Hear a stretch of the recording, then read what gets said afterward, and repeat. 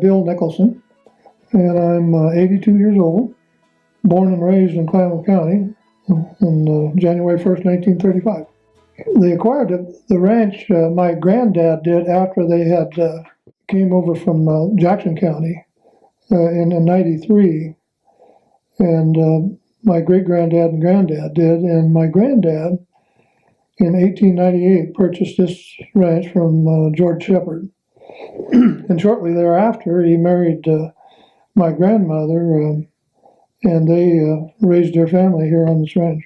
Back in the 1900s, early 1900s, and late 1800s, why, it was homesteaded. All of this area was homesteaded, and it started right after the old fort was established for protection. And the acreages in the homesteads were around 160 acres, and when you homesteaded, you had to make a living off of that. They tried many things. The climate up here is a little too severe for most crops. It's not unknown to have frosts every month of the year. Consequently, they've tried growing row crops with limited success, and they've had dairies here with limited success. And it turns out that the highest and best use of this land up here is the grass for grazing cattle. With the advent of transportation and broader markets, as well as the places getting bigger, just, the 160 acres now you couldn't survive on it. So these ranches have expanded to a lot larger. What happened with my folks was that Bang disease it's a blood disease that got into the herd and more or less wiped them out. And so that's when they took a longer look at beef cattle. And about the same time as when the markets were expanded, you had the railroad for transportation. And then in the late 40s, we started with the livestock trucks. Like today, there's well over 500 head that left Fort Klamath feedlot in San Joaquin Valley. That would have been unheard of in the 19th century.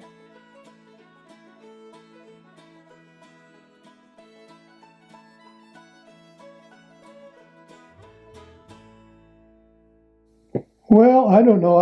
It's such a beautiful spot. I guess I like to share it. I think that along with I've got as far as the 4th of July celebration, my neighbor Jim Popson and his family, they assist in this too. That's part of their program. We in conjunction with that family, my family put this on, and so it's turned out to be a regular event, and as well as probably a family reunion for my family at least, and probably his too.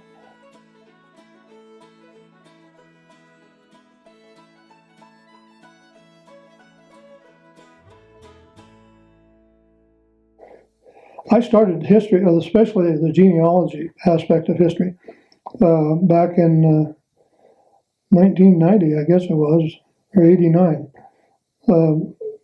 when I suddenly realized that my family history was limited to some older folks that in the family, and if I didn't get on the stick or somebody didn't, why we were going to lose it.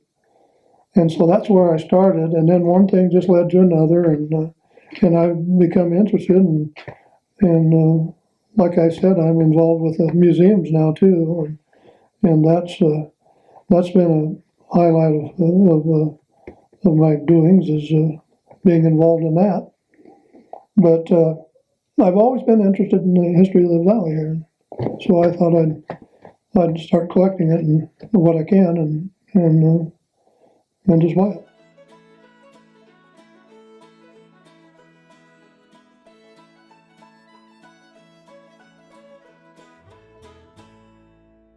So I contacted Larry, my son, and I said, "Hey, we ought to do that."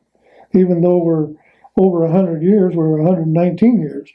And he agreed, and so we filled out the applications and all of that, and we got approved.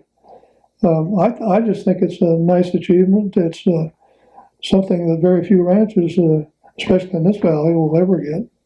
We've got this one and the Loosley Ranch are the only ones, and as far as I can see, there probably won't be any more for quite a while.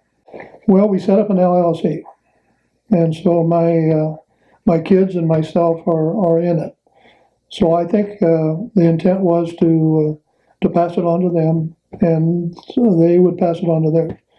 And there again is another reason that we wanted to establish interest in the ranch.